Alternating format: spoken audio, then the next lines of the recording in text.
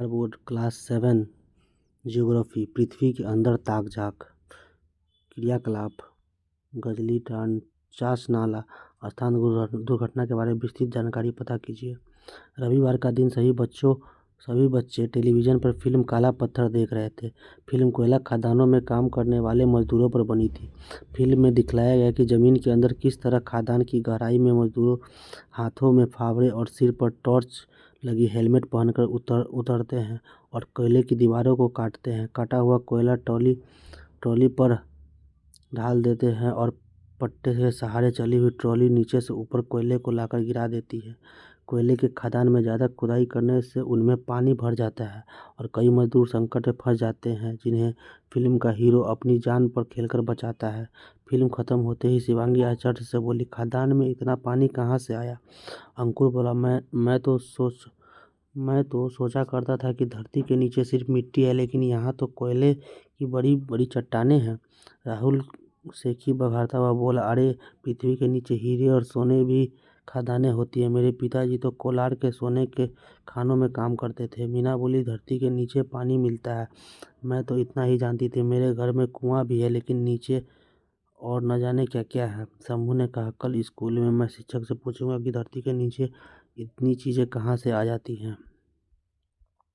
अगले दिन उसने शिक्षिका के धरती के आंतरिक भागों के बारे में पूछा। मैडम ने बताया, हमारी पृथ्वी जो ऊपर से दिखाई पड़ती है, अंदर से भी वैसी ही है। ऐसी बात नहीं है, पृथ्वी के अंदर कई तरह की चीज़ें पाई जाती है। ये चीज़ें हमारे बड़े काम की होती है। उन चीज़ों को निकालने के लिए कई तरह के उपाय करने पड़ते हैं। शिक्षिका ने पूछा, जरा बताइए, चापाकल में पानी कहाँ से आता है? हुमायूं ने कहा, मेरे घर में चापाकल लगा है। मिस्त्रियों ने पाइप को हाथों से ही जमीन के अंदर गाड़ दिया और उसमें नल लगा दिया। पाइप से होता हुआ पानी चापाकल से बाहर आता है। समुद्र में तेल निकालने का संयंत्र का यहाँ पे चित्र है।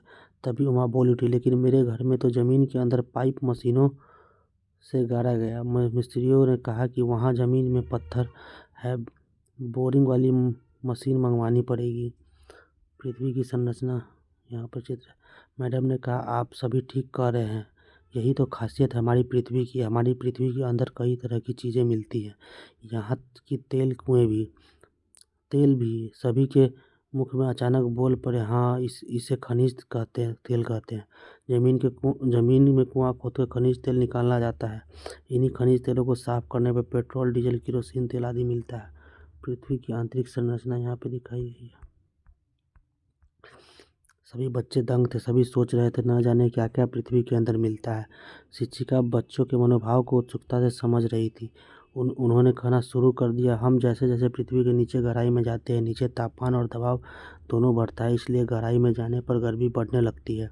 पृथ्वी के नीचे कुछ परतें हैं। ये परतें एक दूसरे से दबी हुई है और इनमें अलग अलग पदार्थ पाए जाते हैं। बच्चों की उत्सुकता बढ़ती जा रही थी। शारदा ने कहा, मैम, हमने पृथ्वी की इन परतों के बारे में बताइए। शिक्षिका ने बोर्ड पर एक रेखाचित्र बनाया और इस पर इंगित करते हुए कहने लगी कि हमारी पृथ्वी 3 परतें हैं। ऊपरी परत को सियाल कहा जाता है, क्योंकि इसमें सिलिका, रेत और एल्युमिनियम का मुख्य रूप पाया जाता है। इसे ही भूप्रपट्टी का भूपटल कहते हैं। इसी हिस्से पर हम रहते हैं। इनमें ही पाइप डालकर पानी खींचते हैं या कोयला, लोहा, सोना, हीरा, खनिज का इत्यादि निकालते हैं।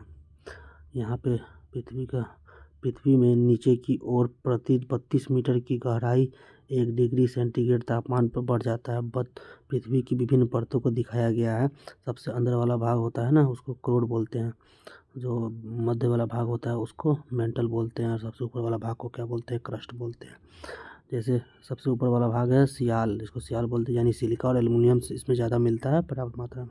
साइमा सेकेंड वाला है सीमा, जिसको बोलते हैं सिलिका और मैग्नीशियम सेकेंड भाग में। और नीफे, निकेल और फेरस सबसे अंदर होता है। पृथ्वी की विभिन्न परतें। पृथ्वी के बीच की परतों को सेमा कहा जाता है, क्योंकि इनमें सिलिका और मैग्नीशियम मुख्य रूप से पाई जाती है। और इसे मेंटल कहते हैं। ज्वालामुखी का लावा मेंटल से निकलकर पृथ्वी के ऊपर आता है।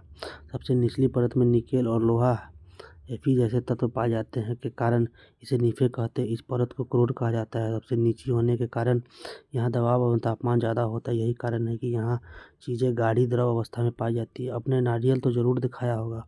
हाँ, सभी बच्चे एक साथ चिल्लाए। नारियल में पहले छिलका, फिर गुद्दा और उसके बाद पानी होता है। उसमें भी 3 परतें होती है, तीनों में अलग अलग तत्व है। जी ठीक वैसे ही हमारी पृथ्वी की 3 परतें। यहाँ इतना ज़रूर है कि हमारी पृथ्वी की परतें नारियल की परतों से ज़्यादा मिलती जुलती है। जैसे नारियल की पहली परत की समान नहीं होती, नारियल की अंतिम परत में पानी होता है, वैसे ही पृथ्वी की निचली परत में गाढ़ा पदार्थ होता है। मैडम की बातें सभी को बच्चों को संतुष्ट हुए। सचमुच हमारी पृथ्वी के अंदर तो कई चीज़ें दबी पड़ी हैं। पृथ्वी के भीतर भाग में विषय के जानने की उत्सुकता और बढ़ गई और सभी बच्चे शिक्षिका के जाने के उपरांत अपने कक्षा को एक दूसरे से बांटने लगे। सभी को पृथ्वी की उपयोगिता का एहसास हुआ तथा वे पृथ्वी की प्राप्त संसाधनों के उचित उपयोग व संरक्षण का संकल्प करने लगे।